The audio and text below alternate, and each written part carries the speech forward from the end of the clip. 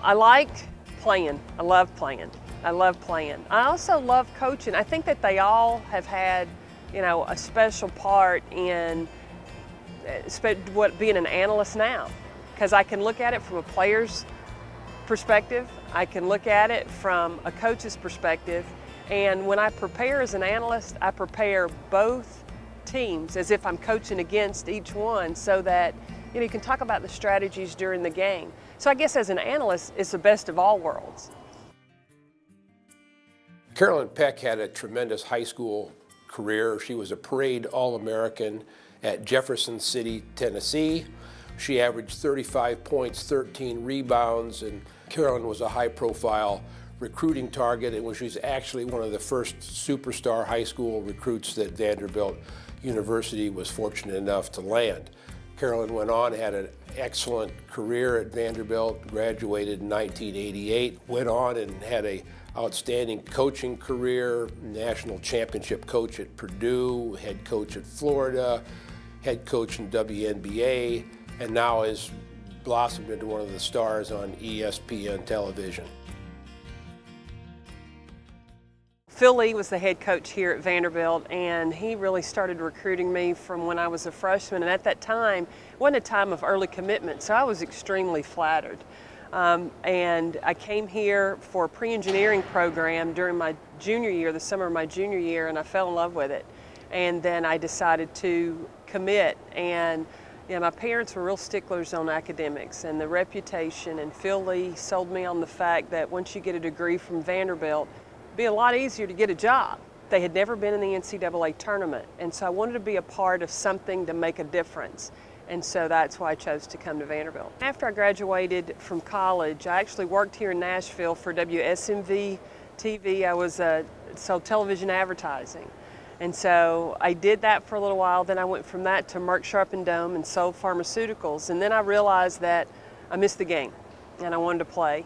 So I went overseas and I played in Italy, and then I went to Japan. I had never been out of the country before, and I'm a small town girl from East Tennessee, and so it was a big jump for me to go from Jefferson City to Nashville, let alone go to Europe. But you grow up and you figure it out, and then you finally get to go. When I came back, I ran into Mickey DeMoss at University of Kentucky at a sports festival tryout, and she mentioned to me that Pat might have an opening on her staff at Tennessee.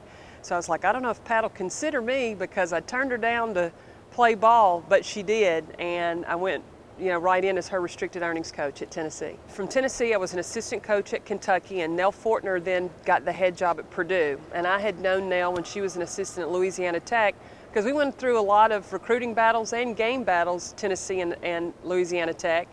And then when she got the head job, she offered me to come and be her first assistant. So I go to Purdue. Well, then after our first year at Purdue, Nell was offered to go be the World Championship coach that was eventually going to be the Olympic coach. And at the time, in order to do that, she could not be the head coach at Purdue. And so she called us all together. She said, I've got some good news and some bad news. So I said, well, what's the bad news? And so she tells us about her coaching opportunity to go coach the World Championship team. I said, well, Nell, that's good news.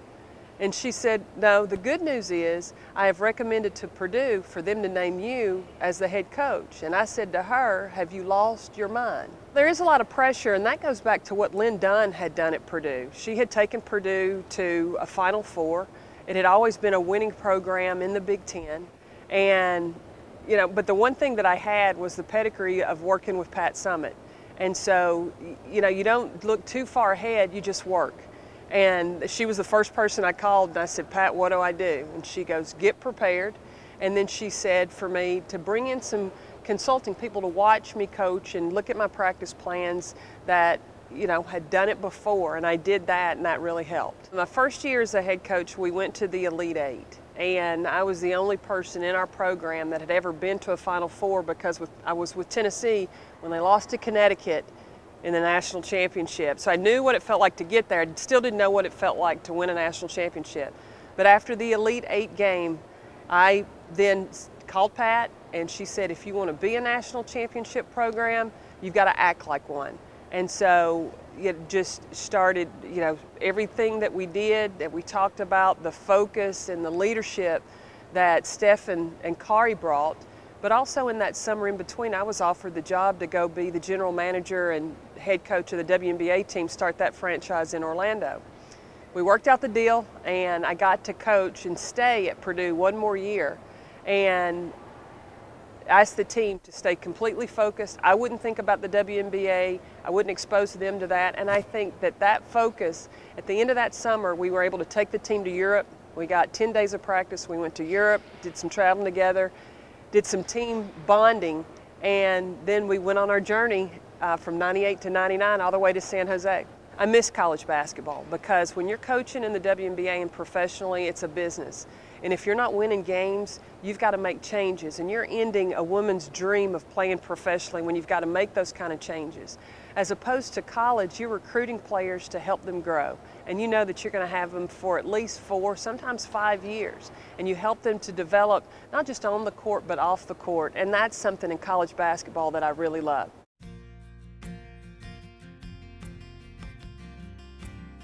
Carolyn's had a unique ability to reinvent herself as a player. There were young kids that would look up to her when she was one of our first stars. Certainly she was somebody that people that aspired to play basketball would look up to. She goes on and becomes a top coach, influenced a lot of people in that way. And now she has a lot of impact on television. She's somebody that helps define the game and inspires people every night she's on TV. We think so much of her at Vanderbilt that in the last year we have inducted her into our Athletic Hall of Fame. When you look at, women like Vivian Stringer and Pat Summitt, Sue Gunner, and, Sonia Hogue, and what they have done, Lynn Dunn, to work for Title IX, to put a product on the floor to show that women can coach.